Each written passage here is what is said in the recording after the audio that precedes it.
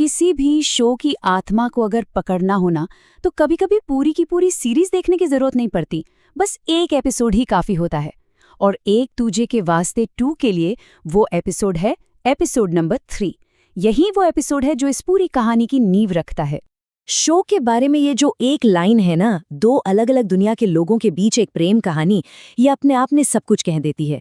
लेकिन इसकी असली गहराई इस बात में है कि ये दुनियाएं आखिर कितनी अलग हैं। और यही वो टकराव है जिसने लाखों लोगों को इस कहानी से जोड़ दिया।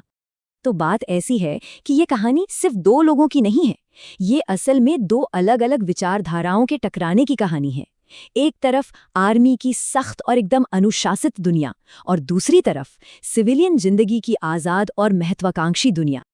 जरा इन दोनों की सोच का फर्क देखिए। आर्मी की दुनिया उसूलों पर चलती है, देशभक्ति, डिसिप्लिन, देश सबसे पहले।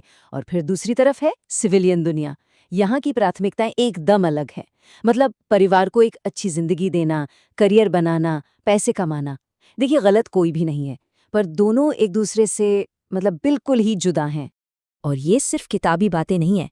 इन दोनों दुनियाओं को जीते हैं 2 लोग जो अपनी अपनी सोच के, अपनी अपनी दुनिया के सबसे बड़े पैरोकार हैं। तो चलिए मिलते हैं हमारे 2 किरदारों से, सुमन और श्रवण। एक को अगर आग कहें तो दूसरा पानी है, और बस यहीं से कहानी में असल मजा शुरू होता है। तो पहले बात करते हैं सुमन की। वो आर्मी की दुनिया की जीती जागती मिसाल है। अनुशासन तो जैसे उसकी रगों में दौड़ता है, और उसका एक ही सपना है, आर्मी ज्वाइन करके देश की सेवा करना। उसके लिए कर्तव्य और सम्मान से बढ़कर सच में कुछ भी नहीं है। और फिर आता है श्रवण, अपनी दुनिया का शहजादा। उसे पैसों की कोई कमी नहीं है, लेकिन जिंदगी में कोई ठोस मकसद भी नहीं है। उसकी सोच एकदम साफ है कि भाई, देशभक्त होने के लिए फौजी होना जरूरी थोड़ी है। और बस यहीं पर उसकी सोच सुमन से टकरा जाती है। ये दोनों अपनी अपनी दुनिया में मस्त जी रहे थे, जब तक नहीं आया एपिसोड 3 का वो आर्मी लंच। इसी लंच ने सब कुछ बदल कर रख दिया। ये वो चिंगारी थी जिसने आगे चल के आग लगा दी। तो सीन कुछ ऐसा है, श्रवण का सिविलियन परिवार आर्मी के एक लंच पर है, यानी कि सुमन के होम ग्राउंड पर। यहाँ हर चीज कायदे से होती है, और श्रवण जैसे आजाद पंछी के लिए ये माहौल किसी जेल से कम नहीं था। और फिर वहां जो होता है ना, वो एक के बाद एक धमाके जैसा है। सबसे पहले तो सुमन की तारीफों के पुल बांध दिए जाते हैं, और ठीक उसी पल श्रवण की सारी लापरवाही उसके अपने पिता के सामने आ जाती है। सोचिए, एक की कामयाबी दूसरे की सरेआम बेइज्जती बन जाती है।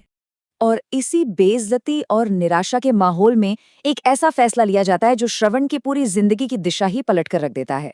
श्रवण के पिता को हताश देखकर सुमन एक ऐसा कदम उठाती है जिसकी किसी ने उम्मीद भी नहीं की थी। वो सीधे उसके पिता को एक सलाह दे डालती है। और सुमन का समाधान क्या था? वो कहती है कि श्रवण को आर्मी पब्लिक स्कूल में डाल देना चाहिए। जरा सोचिए, सिविलियन दुनिया के राजकुमार को सीधे आर्मी की दुनिया के दिल में फेंकने की बात। और इससे पहले कि श्रवण कुछ समझ पाता, उसके पिता फैसला सुना देते हैं। उन्हें ये आइडिया इतना सही लगता है कि वो एक पल भी नहीं सोचते। एक झटके में श्रवण की दुनिया ही पलट जाती है। और इस एक फैसले का नतीजा ये हुआ कि सुमन और श्रवण के बीच एक ऐसी दीवार खड़ी हो गई जिसने उन्हें एक दूसरे का जानी दुश्मन बना दिया। यहीं से उनके बीच असली जंग का ऐलान हो जाता है। तो सवाल ये उठता है कि आखिर ये एक एपिसोड इतना खास क्यों है? क्यों ये सिर्फ एक लड़ाई नहीं, बल्कि पूरी कहानी का लॉन्च पैड कैसे बन गया? और इसका सबूत है इस अकेले एपिसोड के व्यूज 2,33,00,000 से भी ज्यादा। ये कोई छोटा मोटा नंबर नहीं है। ये नंबर साफ साफ बताते हैं कि ये जो 2 दुनियाओं का टकराव है ना, ये लोगों के दिलों को कितना छू गया। और यही तो इस कहानी का सबसे बड़ा हुक है। श्रवण को उसकी मर्जी के खिलाफ सुमन की अनुशासित दुनिया में धकेला जा रहा है, और इसी जबरदस्ती से नफरत, संघर्ष और शायद प्यार की एक नई कहानी जन्म लेगी।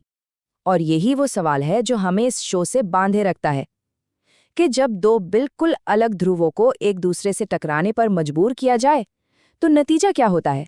एक खूबसूरत प्रेम कहानी, या फिर एक कभी न खत्म होने वाला युद्ध?